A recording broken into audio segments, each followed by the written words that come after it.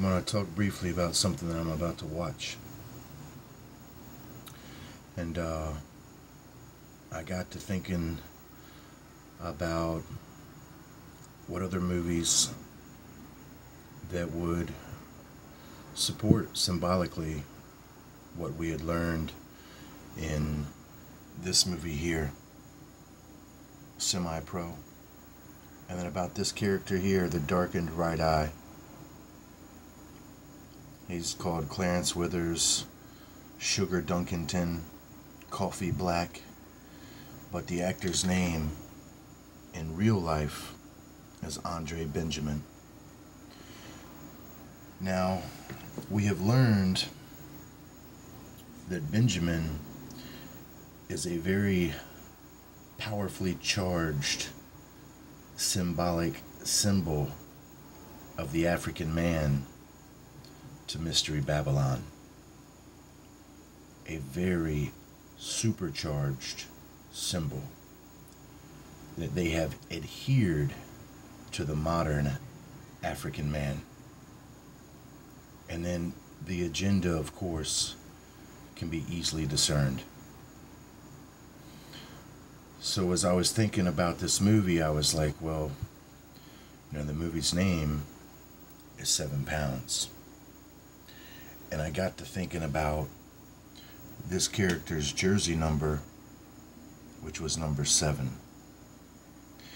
And then, of course, it all connected with Psalm 7.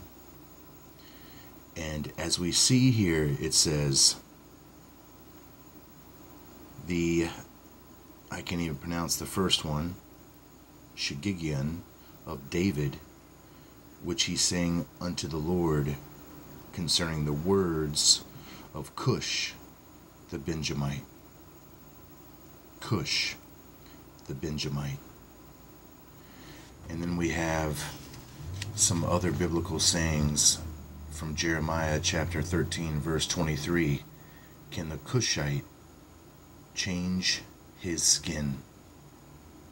In other words, revealing that the Cushite has a very different skin tone from everyone else. So the Cushite are Nubians, what are really considered the black race of today, of course, of which the African American is. And there's your biblical proof, and of course your motivation, if you are yet unaware, on the motivation to study and to see what I tell you is the truth. So it's Psalm 7. And then Psalm 7 will identify the choice of Andre Benjamin perfectly with the ancient Benjamin that we see in the narrative about selling brothers into slavery in the times of Israel. So,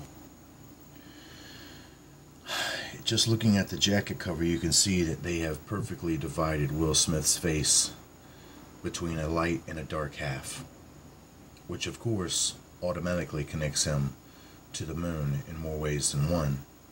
But then it connects him back to that black and white checkerboard, of which, if you remember, in the movie, or not the movie, but the video, the Capital Cities video, it's called Kangaroo Court, and of course that video was aimed at me. And we see that it says no zebras were allowed. In other words, the black and the white. And in their terminology, it's those people that they don't plan on unifying, right? And they're going to still call you dualistic while they have made the merger, and that's with good and evil. But of course they keep certain, as I said, of their initiates, especially those of color, out of the loop, out of the ring. So you can easily see him established as the zebra with the black and the white. Look at the suit which he's famous for wearing. The slick black and white tight suit. And then you would have to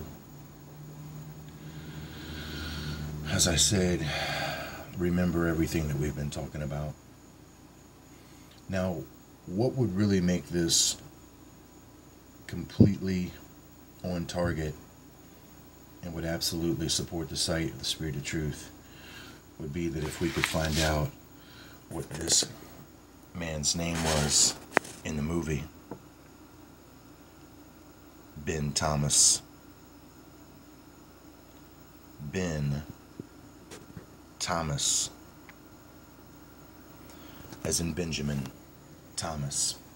Now the Thomas part is interesting because it could very easily be connected to a doubting Thomas, which would firmly establish him symbolically with the names and the choices for these names as being somebody that is a part of their organization and has given up the Christianity, its simplest understanding to the people of love your neighbor as yourself, love the Father with all your might, and of course attributing this truth to Jesus Christ. So I feel that this is definitely symbolically related to revealing him as a part of this initiatic order, of course, which is the choice for the name Will Smith. And we got to think those blacksmiths that we even see shown in the Guardians of Gahul somehow got owls, the supposedly good owls, working as blacksmiths, you know, pounding the iron.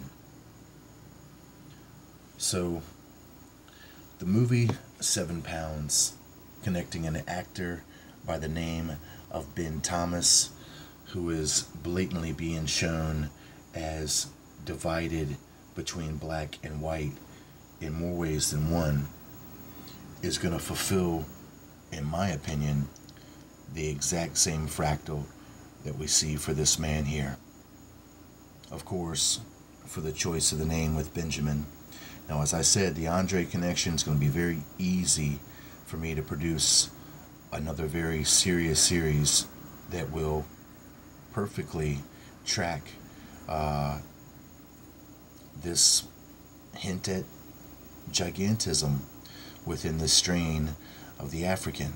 And I'm going to easily be able to make the connections. And we're going to talk about the Olmecs and even the creation of the Olmecs, and then where this gigantism comes from that they are known for. And then we will see that it comes from the human race itself.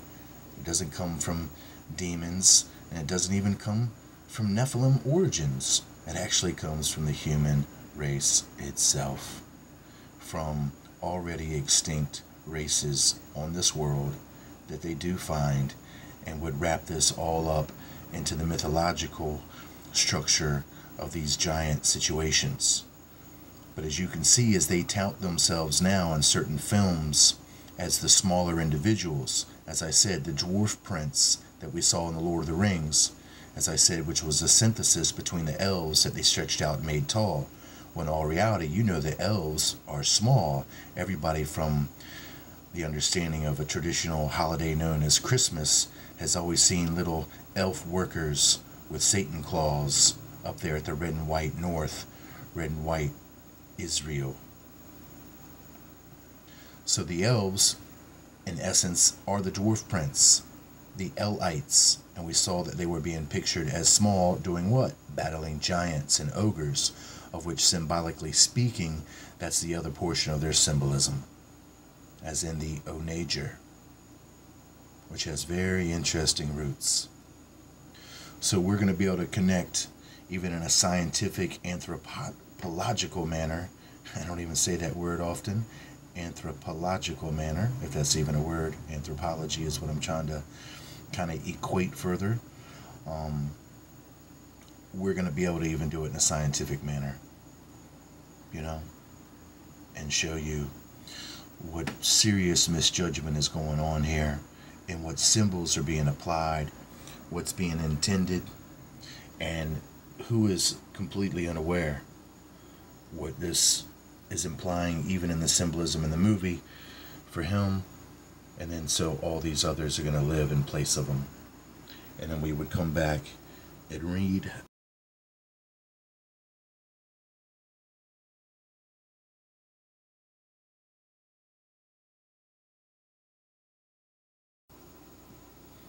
I said, and of course, we would come to Psalms 7 and read the words of Cush, the Benjamite, and understand that much better. So I'm going to take a pause here, and I'm going to go ahead and watch the movie. And I'm going to see what I see. I'll be back.